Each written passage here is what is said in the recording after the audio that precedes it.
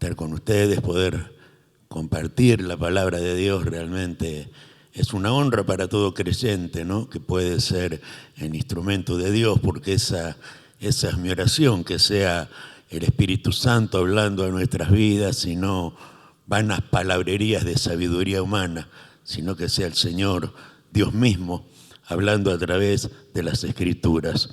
Voy a compartir un pasaje muy interesante que le puse por título Jesús y el sentido de la vida. El sentido de la vida, ¿qué sentido le damos a la vida? Y para esto es necesario hablar de que hay muchas personas que están padeciendo de crisis existencial, ¿sí? ¿Y qué es la crisis existencial? Dice que es un periodo en la vida de una persona que tiene profundos cuestionamientos acerca de su existencia. Se cuestiona, ¿no? ¿Para qué vive? ¿Por qué vive? ¿Cuál es el propósito? O sea, es un concepto del existencialismo que indaga sobre el significado de la vida humana y plantea justamente este interrogante: ¿para qué vivo? ¿Para qué estoy en este mundo? ¿De dónde venimos? ¿A dónde vamos? ¿Qué sucede después de la muerte? ¿Qué hay más allá de ese camino que prácticamente nadie ha regresado, solo el Señor? Son preguntas que llenan de una profunda ansiedad, de una profunda angustia. Ahora, para nosotros las preguntas son diferentes, pero también relacionados al sentido de la vida como hijos de Dios, ¿no es cierto? Por ejemplo, ¿cuál es la voluntad de Dios para nuestras vidas? ¿Qué debemos tener en claro para tener una cosmovisión correcta desde lo espiritual, no solamente desde lo natural, ¿no? Y para esto hay un pasaje que voy a compartir con ustedes, dos pasajes paralelos, uno en Lucas 22, 50 y 51, y después Juan 18, 10 y 11. Y se trata del pasaje que nos habla del apóstol Pedro, que le corta la oreja a Malco, ¿no? Al siervo del sumo sacerdote. Y en el contexto de la situación viene Malco con una cantidad de soldados para prender a Jesús, justamente para acusarlo y para después condenarlo. Eso ya estaba todo premeditado, ¿no es cierto? De esta manera, entonces, vamos a ver tres cosas que Jesús nos enseña respecto a qué tenemos que tener en claro para que el sentido de nuestra vida como creyente tenga objetividad, claridad y cumplamos el propósito de Dios. Dice Lucas 22, 50 y 51. Y uno de ellos hirió a un siervo del sumo sacerdote y le cortó la oreja derecha. Entonces respondiendo Jesús dijo: basta ya, dejad. Y tocando su oreja le sanó.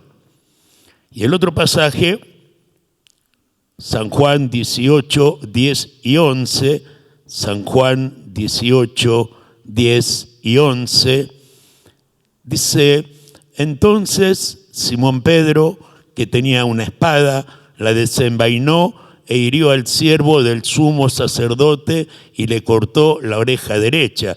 Y el siervo se llamaba Malco. Jesús entonces dijo a Pedro: mete tu espada en la vaina, la copa que el Padre me ha dado, ¿no la he de beber? Entonces, a través de estos pasajes vamos a ver que Jesús tenía en claro tres cosas. Primero, cuál era su propósito en la tierra. Segundo, cuál era su vocación.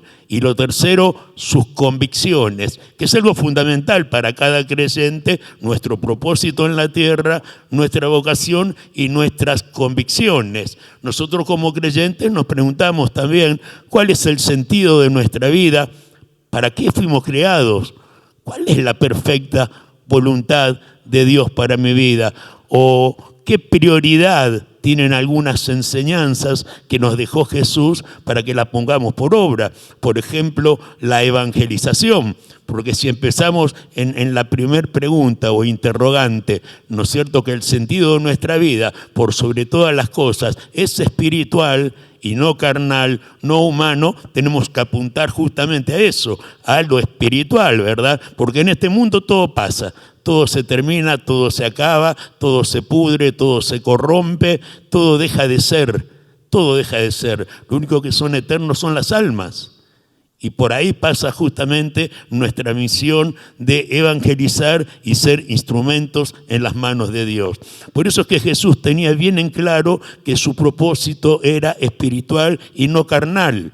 Ahora, en el contexto vemos que Pedro sabía que estaba en juego cuando los soldados vinieron a prender a Jesús. Pedro lo sabía, por eso el que él estaba listo para defender a su maestro, ¿no es cierto? Y que fue cuando él, al estar listo, Jesús lo reprendió. Y le dice, pará, guardá la espada. Esta pelea no es con ejército, esta pelea no es con espada, esta pelea no es con palos. Esto es una guerra espiritual. Y ese es justamente el principio que nos enseña el apóstol Pablo en Efesios capítulo 6 respecto a los misterios de la guerra espiritual, que nuestra lucha no es contra carne y sangre, sino contra principados, potestades, huestes de maldad en las regiones celestes. Y esto es algo, hermanos, que es fundamental y que debemos recordar fácil, creo yo, 10 veces al día. 10 veces al día, que todo lo que nos pasa, siempre hay una raíz que es espiritual. ¿Y por qué lo digo? Porque a veces nosotros somos como Pedro también. Atacamos al que nos ataca, nos peleamos con la familia, con los amigos, con los vecinos, con los hermanos en la fe, con nuestros líderes. O sea, nos peleamos y discutimos con todo lo que vemos, con todo lo que nuestros ojos naturales pueden ver. Sin embargo, el enemigo es invisible y el enemigo usa personas, el enemigo usa situaciones para desestabilizarnos del propósito de Dios, usa nuestras debilidades para sacar e impedir ese propósito. Por eso es que es tan fundamental que como creyentes tengamos bien en claro que con Cristo no necesitamos planes y métodos humanos para la victoria. Con Cristo Él es el que nos da la victoria por medio de sus promesas, de su fidelidad y del propósito para con nuestras vidas. Por eso es que la primera batalla que tenemos siempre es con nosotros mismos. Esa es la primera batalla que tiene que pelear y que tiene que vencer el creyente. ¿Por qué? Porque vemos hombres de Dios a lo largo de la Escritura, el hombre más sabio que jamás existió, el hombre más rico como Salomón, que Dios le dice, decime qué querés que te dé. Y él le dice, sabiduría, entendimiento para gobernar todo tu pueblo tan grande. Y realmente tuvo gran sabiduría. Pero ¿cómo terminó? Terminó adorando ídolos falsos, con 1000 mujeres y concubinas. Él podía gobernar todo el pueblo, pero no podía gobernarse a sí mismo. ¿Se dan cuenta?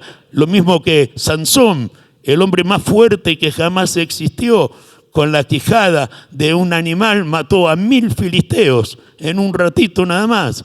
Sin embargo, ante la seducción de una mujer, terminó, como ustedes saben, debajo de un montón de escombros de un templo falso, de un templo pagano. La victoria es con nosotros, hermanos. Por eso es que no podemos pretender ganar en territorio ajeno si primero no ganamos en el nuestro.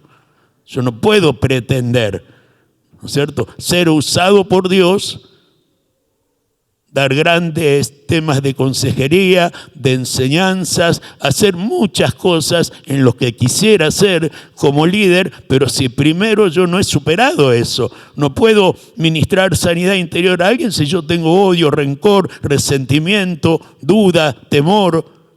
Si yo no estoy firme, si yo no estoy libre, si yo no he vencido primero en mi territorio, no estoy capacitado. Por eso es que la batalla más difícil es con nosotros. Gálatas 5:16 dice, andad pues en el Espíritu y no satisfagáis los deseos de la carne. Y el apóstol Pablo le está hablando a una congregación de hermanos. Y le está diciendo, hermanos, ustedes tienen que andar en el Espíritu. No solamente en las pasiones de la carne. Quiere decir que muchos llevaban una doble vida.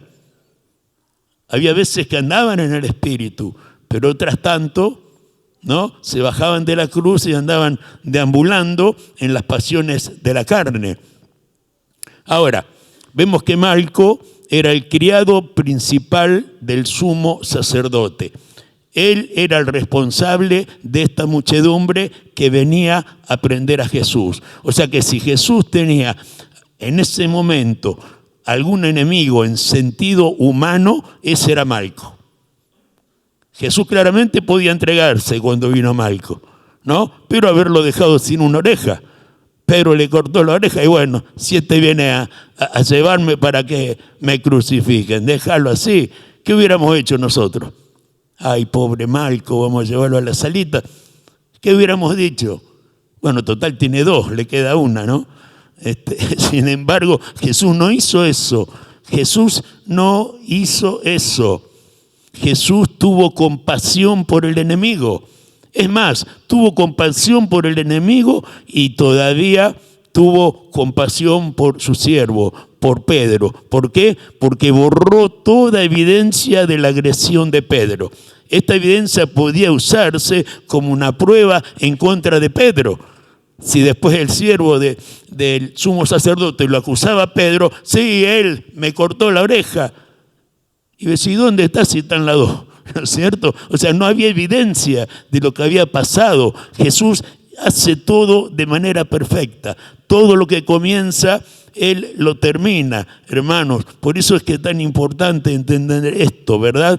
O sea, Jesús prioriza su propósito espiritual por sobre lo humano.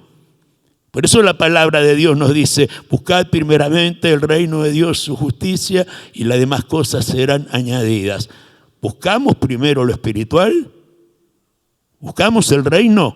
¿O nos afanamos por todas las necesidades que tenemos diariamente? Por eso es que si tenemos en claro que nuestro propósito es espiritual y no carnal, lo primero que vamos a enfocarnos es justamente en testificar, en predicar, en cumplir con la gran comisión, ir y hacer discípulos a las naciones. Pero para ser discípulos, yo tengo que ser un buen discípulo primero. Yo tengo que estudiar, yo tengo que capacitarme, porque en ese contexto es Jesús el que le dice, hagan discípulos a las naciones, bautizándolos en el nombre del Padre, del Hijo y del Espíritu Santo, y enseñándoles que guarden todas las cosas que yo les he mandado. Y si nosotros no sabemos lo que Jesús nos ha mandado, ¿cómo vamos a discipular? Por eso tenemos que capacitarnos, tenemos que estudiar, tenemos que aprender para poder enseñar lo que Jesús nos mandó en el Evangelio y en toda la Sagrada Escritura. Lo segundo que Jesús tenía en claro era su vocación. Vocación. El origen teológico de la palabra vocación es una relación directa entre Dios y el hombre. Vocación es, en el griego, es la palabra klesis con K de kilo, que significa llamado y vocación. Ahora, humanamente, en sentido humano, vocación es seguir una profesión, un oficio o una actividad. Desde lo espiritual, la palabra vocación es un anhelo por una vida al servicio de Dios. Es un deseo intenso para cumplir el propósito y el llamado del Señor. Es pasión por servir a Dios. ¿Cuál es tu vocación? Mi vocación es amar a Dios, es ser fiel a Dios. Eso es lo que tenemos que decir cada uno de nosotros. No estoy hablando de mí, ¿no es cierto? Pero eso es lo que apunta a que tengamos en claro cuál es nuestra vocación. Ese deseo intenso, que nada puede frenarnos, nada puede detenernos. Va a haber miles de obstáculos, pero hay un objetivo, hay un propósito, hay una meta.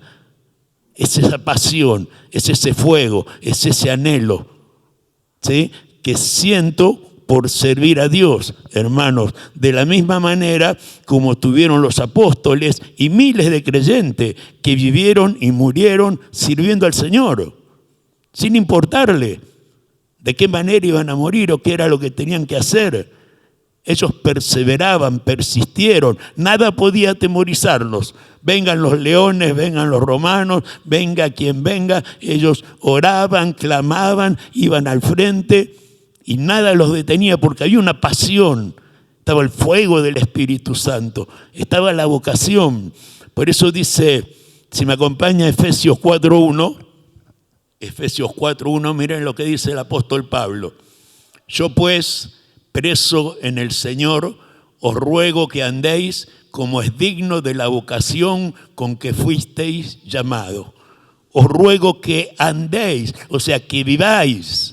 No que sea algo temporal o pasajero, sino que nuestra vida sea conforme a esa vocación, a esa pasión, a ese anhelo, a ese fuego por el servicio a la obra de Dios, por el servicio para el Señor.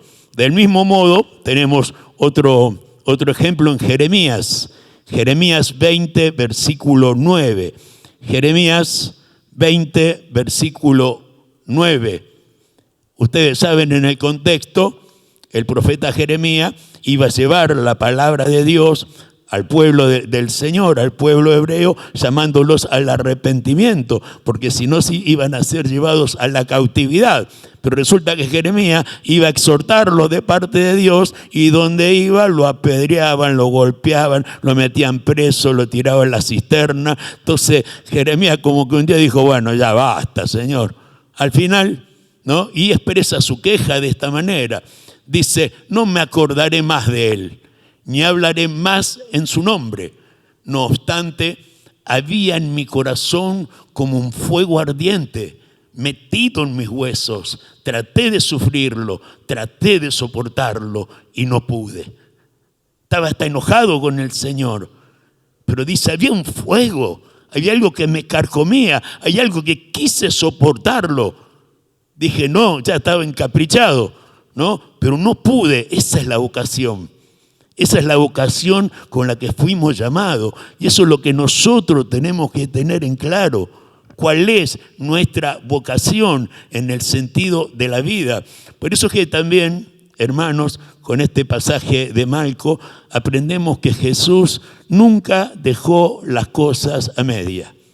Todo lo que empezó, Él lo terminó. Sus últimas palabras en la cruz, ¿cuál fueron?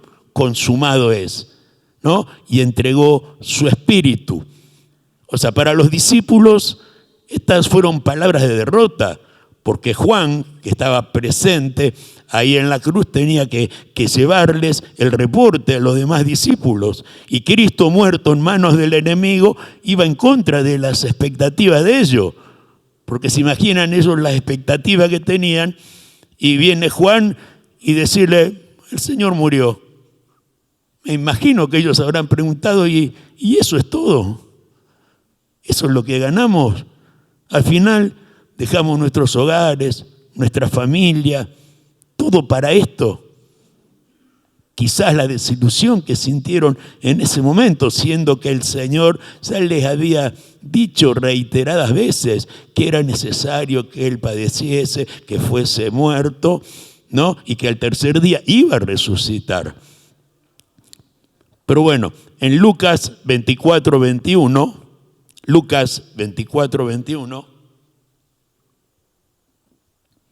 refiriéndose al desaliento que tenían los apóstoles, dice, nosotros teníamos la esperanza de que Él sería el que había de libertar la nación de Israel, pero ya hace 3 días que pasó todo esto.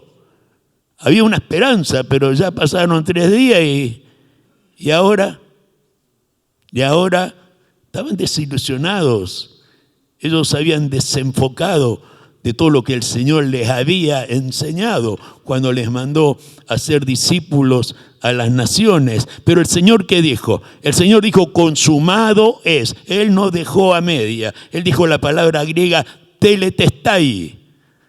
Tetelestai significa consumado es, que dice literalmente todo está finalizado, la victoria es nuestra. Esa palabra tetelestai, decían los generales cuando iban a la guerra y vencían en la batalla, vencían al enemigo, se armaba la tropa y decían tetelestai, hemos vencido al enemigo, la victoria es nuestra. También esa frase la decía una persona cuando podía cancelar su deuda, ¿no? Pagué la deuda, estoy libre de esa deuda. Y eso es lo que hizo el Señor con nosotros. Jesucristo, con esas palabras, consumado es, afirmaba que la deuda había sido cancelada. Y como resultado de que Él pagó la deuda que teníamos nosotros, vino la redención. Por eso Él es el Redentor. La palabra redención, del griego apolutrosis significa pago completo por la libertad de un esclavo y devuelto a su estado inicial o original. Él pagó el precio completo por la libertad de la esclavitud del pecado en la que vivíamos, la esclavitud de Satanás, y nos dio la libertad absoluta, devuelto a nuestro estado original, sin pecado, porque Él perdonó todos nuestros pecados cuando nosotros lo recibimos como nuestro Señor y Salvador personal.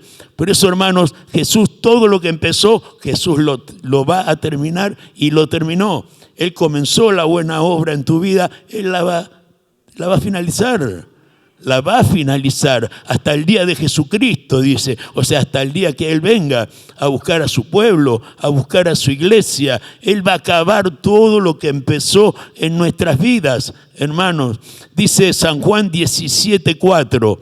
San Juan 17:4, las palabras de Jesús en la oración por los discípulos, la oración intercesora.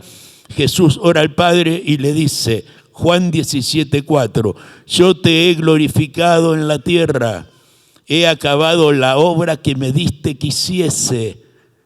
Él terminó lo que el Señor le había encomendado. Él no se quedó en Getsemaní angustiado hasta la muerte sin dar un paso adelante. Él sabía lo que le esperaba, pero el momento más tremendo que Jesús tenía que enfrentar no era la cruz, sino el momento cuando Él le dijo, Padre, ¿por qué me has abandonado? Un instante en la eternidad que el Padre le da la espalda porque Él cargaba con todos los pecados de la humanidad de todos los tiempos, los pasados, presentes y futuros. Él ahí llevaba nuestros pecados, los que cometimos 2000 años después, ¿verdad? Ese era el momento más tremendo que el Señor sabía que iba a suceder en un instante, nada más en la eternidad. Por eso, hermanos, que vemos que Jesús pudo haberse dejado llevar, pero sin sanar a Malco, pero esa no era su vocación. Esa no era la vocación de Él, dejar las cosas a media o dejar al enemigo lastimado o herido. Jesús tenía una misión, mostrar el poder del Evangelio, morir en una cruz para el perdón de nuestros pecados, resucitar y dejarnos una misión. Una misión que usted y yo tenemos, ¿no? Como dice Marcos 16:15. ¿Cuál es la misión? Él dijo, id por todo el mundo y predicad el Evangelio a toda criatura. Esa es la misión que el Señor nos dio. Hay un propósito, es predicar el Evangelio. Anoche en el discipulado, en el estudio bíblico, hablamos justamente con los hermanos de esta necesidad de orar por los perdidos, por las almas que están perdidas. De la necesidad que hay todos los días, mueren millones de personas sin conocer al Señor y nosotros nos limitamos a orar por mi mamá, por mi papá, por mis hermanos, por la congregación y listo, ¿no? Y sin embargo, decía el hermano, hacía referencia a 250.000 bebés abortados. ¡Wow! Es impresionante. Es triste, es doloroso. Y esa es la misión nuestra, hermano. Predicar, testificar, justamente para que impedir que estas cosas se hagan realidad en el mundo natural. Porque esto está decidido en el mundo espiritual de las tinieblas. Hay un decreto del enemigo sobre esas vidas. Pero la oración es justamente la que tiene el poder para desarticular, desbaratar la atmósfera que hay, así como hay hijos de Dios y no hijos de Dios en el mundo, personas salvas y personas que no son salvas, o sea, no hay neutrales, así tampoco los aires. En los aires no hay neutralidad, o los cielos están abiertos porque la iglesia está en oración, o la atmósfera está pesada porque está llena de demonios. Y ahí es la oración, la intercesión la que hace retroceder sobre nuestros hogares, sobre nuestra familia, aún sobre las iglesias. Es la oración la que hace retroceder al enemigo, hermanos. Y esa es la misión de la iglesia: predicar, testificar, orar, buscar de Dios, hermanos, en todo momento, porque el Señor les dice: vayan por todo el mundo y prediquen el evangelio a toda criatura, y estas señales seguirán a los que creen. En mi nombre echarán fuera demonios. Si tomaren en las manos serpiente, no les hará daño. ¿Sí? Pondrán las manos sobre los enfermos y sanarán. Y ahí vemos el respaldo de Dios a todo aquel que crea su palabra. No estamos solos, no estamos abandonados, no nos mandaron a una gran misión desarmados. Es Él el que dijo: toda potestad me ha sido dada en el cielo y en la tierra. Vayan en mi nombre, y ustedes hollarán serpientes y escorpiones, y sobre toda fuerza del enemigo, y nada les hará daño. Es el Señor, hermanos, que nos da esa palabra. Por eso es que tenemos que testificar en toda circunstancia y en todo lugar con seguridad y con pasión. Con pasión. Leamos 1 Corintios 9:16. Dice el apóstol Pablo: pues, si anuncio el evangelio, no tengo por qué gloriarme, porque me es impuesta necesidad. ¡Ay de mí si no anunciare el evangelio! Si lo hago, no hay nada de que me pueda gloriar, porque tengo una necesidad. Pero ¡ay de mí! Con dolor. No solamente por una presión por el mandamiento del Señor, sino como Él se podía sentir teniendo el Espíritu Santo que pone ese fuego, esa pasión, ese anhelo, esa vocación, y que uno no la haga. Deje de hacer lo más importante que tiene por misión en esta vida, ¿no? Servir al Señor, hermanos.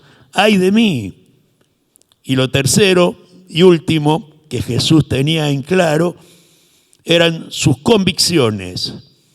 ¿Qué es convicción? Convicción dice que es convencimiento total, absoluto, que no necesita pruebas ni argumentos para respaldar su posición. Tenés una seguridad tan absoluta y tan completa que no hace falta que te vengan con argumentos humanos a convencerte de lo que vos crees. Es algo que está más allá, es una cuestión de fe. Eso es convicción, es, en otras palabras, sentirse dueño de la verdad. Nadie me puede cambiar mi forma de ver el mundo espiritual y de saber que Dios es fiel, que Jesús me ama, que Él es mi amigo, que Él pelea mis batallas, que nunca estoy solo, que Él me consuela en todas mis debilidades y tribulaciones, que Él prometió cuidarme, que Él prometió estar conmigo todos los días hasta el fin del mundo. Hay una seguridad, me siento dueño de la verdad. Por eso tenemos que tener convicción para evangelizar. ¿Por qué? Porque la verdad está en nosotros. ¿Por qué la verdad está en nosotros? Porque Jesucristo está en nosotros y porque Él es la verdad. Él es la verdad. En San Juan 14:20, no lo puse el versículo, ahora me viene. San Juan 14:20. Jesús está hablando en el contexto de la venida del Espíritu Santo y dice: en aquel día vosotros conoceréis que yo estoy en mi Padre, vosotros en mí y yo en vosotros. Qué maravilloso. Jesús dice, yo estoy en el Padre, ustedes están en mí, pero además yo estoy en ustedes. Entonces, ¿cómo no nos vamos a sentir dueños de la verdad cuando predicamos la palabra, cuando testificamos? No en nuestra sabiduría humana o en nuestra propia opinión, obviamente, sino cuando vamos con la verdad de la palabra. Y la verdad es la que nos envía, ¿sí?, a tener convicciones para evangelizar. Hermanos, vemos que Jesús puede defenderse del agresor. No lo hace, al contrario, Él usa su poder para sanar al enemigo. Para eso usa su poder, su misericordia, ¿sí? Él usa su poder para liberar a los endemoniados, para sanar a los enfermos, para resucitar a los muertos, para enseñar la palabra. No lo usa para defenderse. Él deja todo en manos del Padre. Eso es convicción. Eso es convicción, dejar todo en manos de Dios. Y Él nos da una exhortación, este es el último versículo, Mateo 26, 53, donde nos deja, ¿sí?, una enseñanza. Dice, ¿acaso piensas que no puedo ahora orar a mi Padre y que Él no me daría más de 12 legiones de ángeles? Yo no necesito, Pedro, que vos me defiendas. Yo no necesito que ustedes me defiendan. Yo dejo todo en las manos de mi Padre. Porque Él dice, yo puedo orar al Padre. Él me daría 12 legiones de ángeles. Pero no es por falta de recursos que Él no se defiende, sino porque está sujeto a un plan desde la eternidad. Él está sujeto a ese plan desde la eternidad. O sea, el propósito que Él tiene de Dios es superior a defenderse. Hay un propósito, hay una misión. No servía a defenderse, había que ir al frente. Venga lo que venga, Él sabía que el Padre estaba con Él.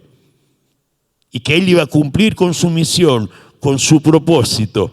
Dice Mateo 26, 54. Este era el último, perdón. Mateo 26, 54.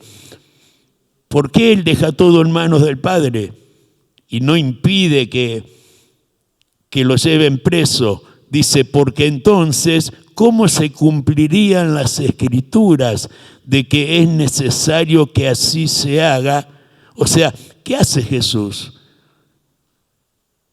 Si a mí no me llevan a la cruz, ¿cómo se cumplirían las Escrituras? O sea, Jesús se somete a la palabra. Jesús es consciente de la autoridad de la Escritura para su vida.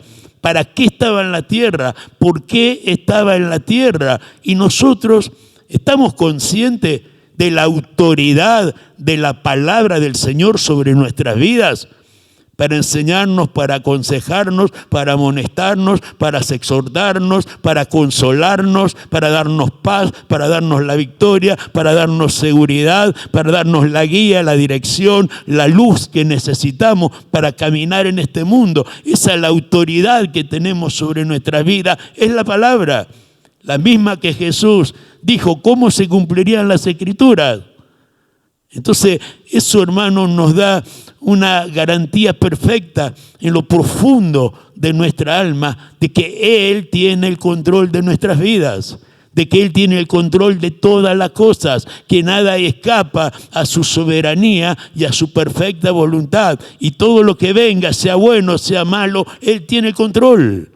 Él tiene el control de todas las cosas, hermanos. Entonces, ustedes fíjense, es maravilloso porque tan bueno, como decía el hermano, estaba coordinando, tan bueno que es el Señor, tan bueno que es el Señor, que Él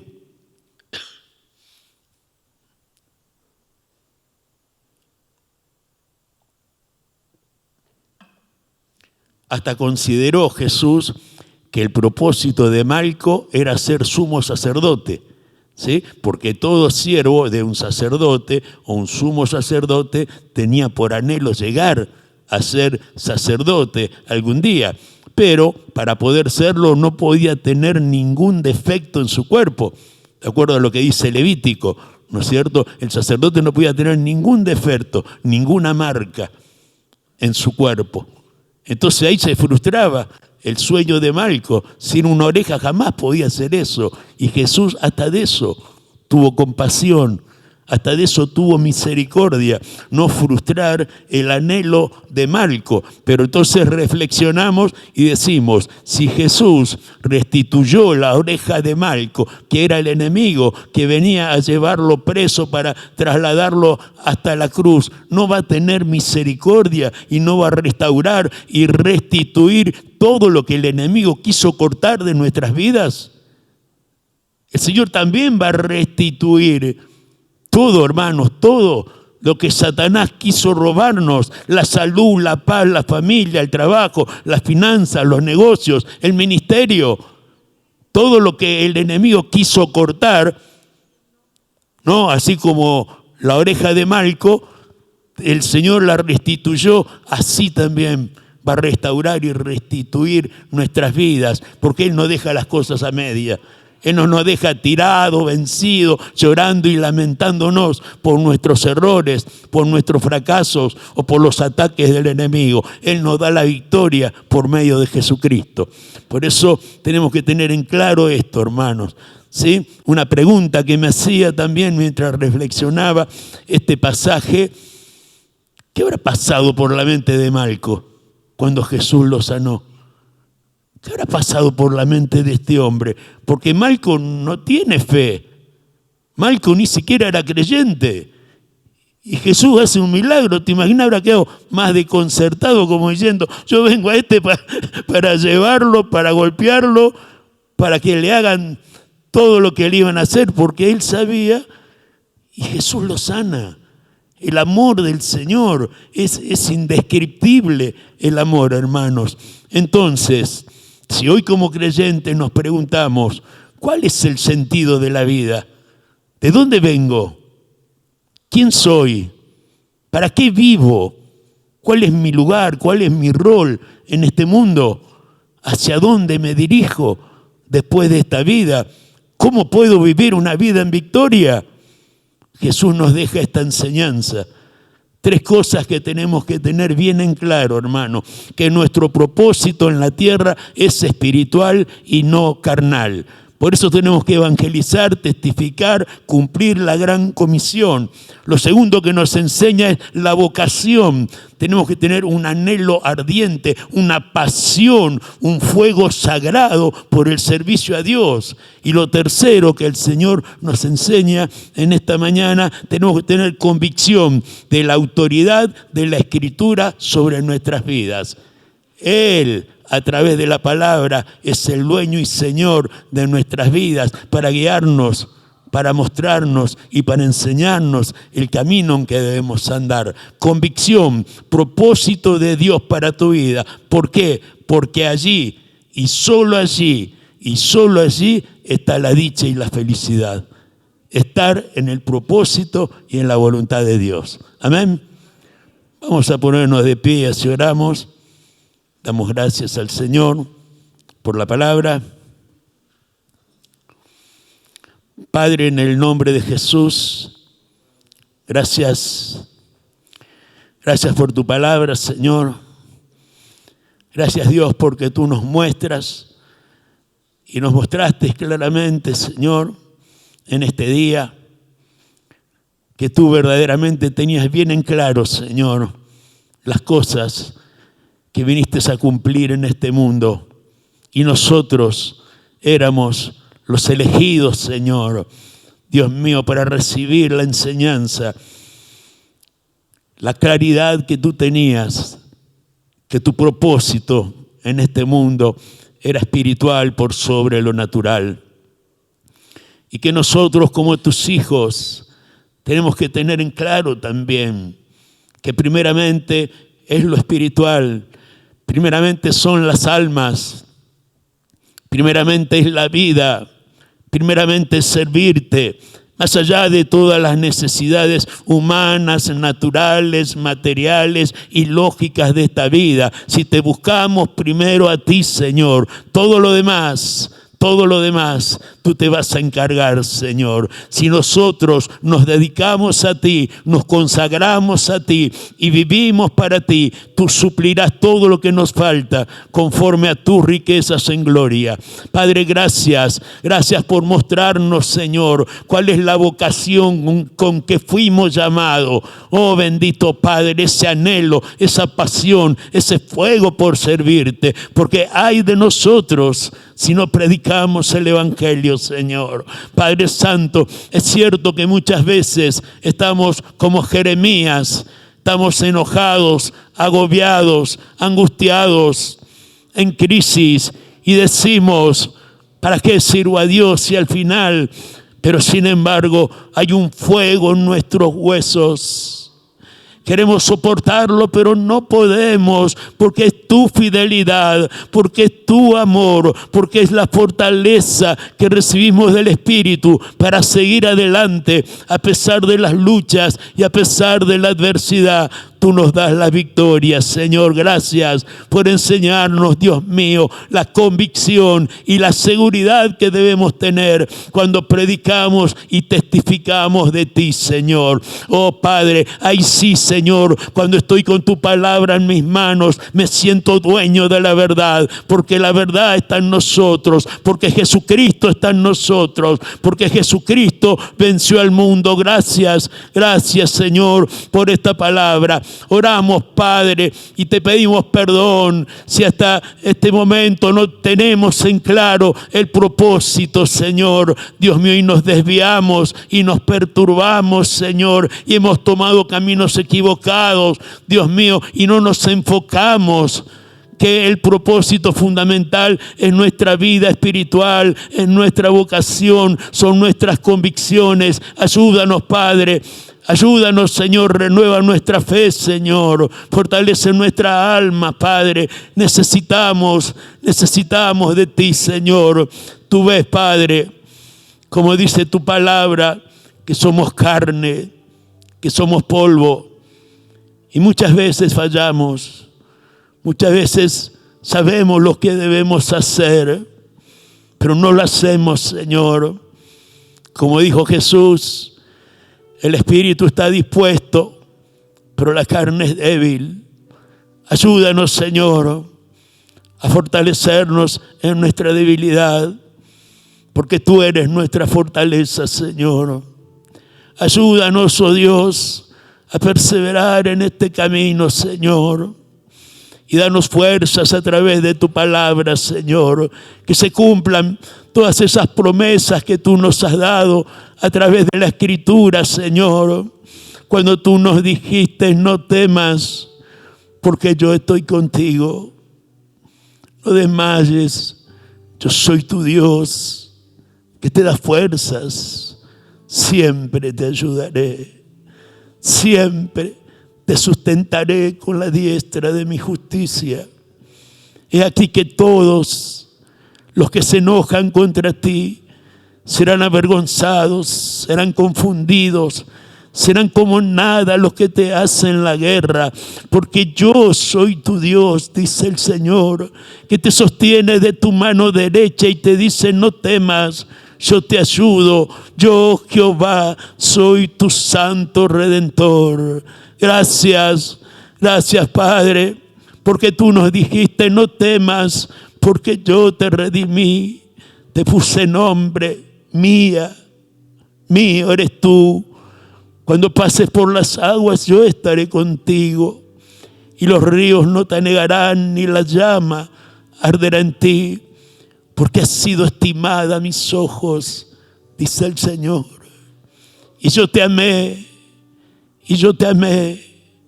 Daré naciones por ti, daré hombres por ti, porque te amo, dice el Señor. No temas, hijo mío, no temas, hija mía. He aquí, yo, el Santo de Israel, soy tu Redentor. Aleluya.